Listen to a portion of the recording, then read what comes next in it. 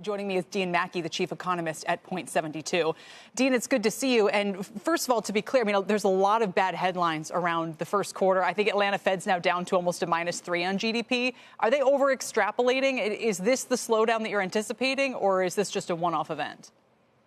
This is not the slowdown that we're anticipating. We think that growth in the second half of the year is going to slow all the way down to 1.5% from about 2.5% now, the trend. And that's because of increased immigration restrictions and the tariff increases and the results of those. What we're seeing now in the first quarter is some softness in January related to cold weather, a surge in imports that led a lot of people to mark down their GDP numbers. But really, a surge in imports can't really hurt you in the real world from a GDP perspective, because that shows up somewhere else.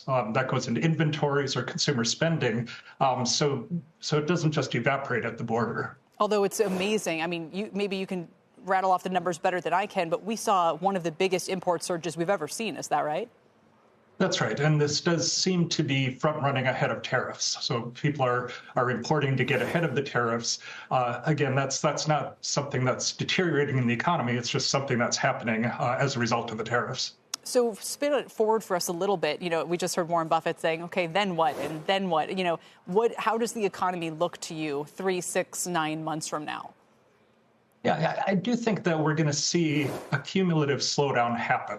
And there's several reasons for it. The tariffs themselves will slow down consumer spending, but people often forget about the knock-on effects. We will have retaliation from foreign partners that will slow down U.S. export growth. And just the uncertainty around trade policy is really going to weigh on business investment spending.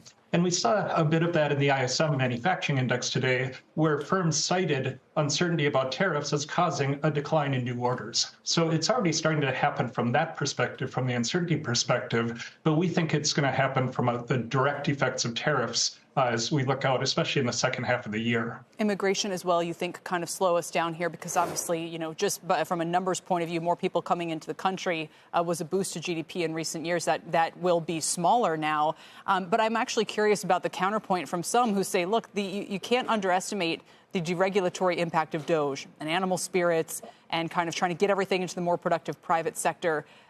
Could that end up having a bigger than expected impact in helping growth this year? What do you think?